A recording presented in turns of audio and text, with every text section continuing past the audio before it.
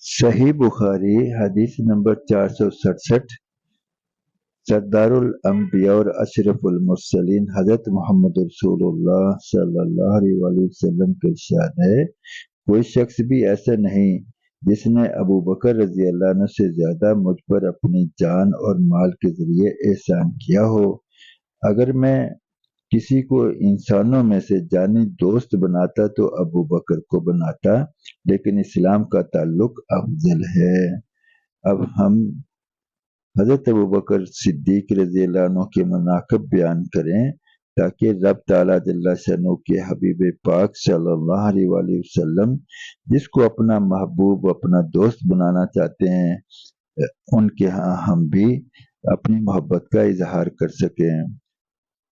सूरह स्वात आयत 26। रब ताला जल्ला शअनु इरशाद फरमाते हैं, अपने नफ्स की ख्वाहिश की पैरवी न करना, वरना वो तुम्हें अल्लाह के रास्ते से गुमराह कर देगी।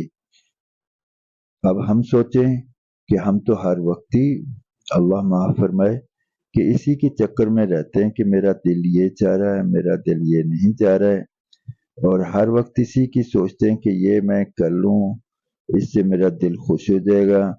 कभी ये भी सोचा करें कि मेरा रब और मेरे रब का हबीब, मेरा हबीब और हबीब कायनात किन बातों से खुश होते हैं। इंशाअल्लाह रास्ता सीधा चलता रहेगा। बहकी शरीफ में नबी मुकर्रम सल्लल्लाहु अलैहि वसल्लम का इरशाद आया है कि जब मरने वाला मरता है तो फरिश्ते कहते हैं और पूछते हैं कि इसने अपने वास्ते आगे क्या भेजा, और आम इंसान आपस में कहते हैं और पूछते हैं कि इसने कितना माल छोड़ा। अब हमें भी सोचना चाहिए कि हम अपने साथ क्या लेके जा रहे हैं और पीछे क्या छोड़ के जा रहे हैं। इस पर खुद ही अंदाजा हो जाएगा कि हमें आखिरत से कितनी मोहब्बत है और दुनिया हमें कितनी अजीज है।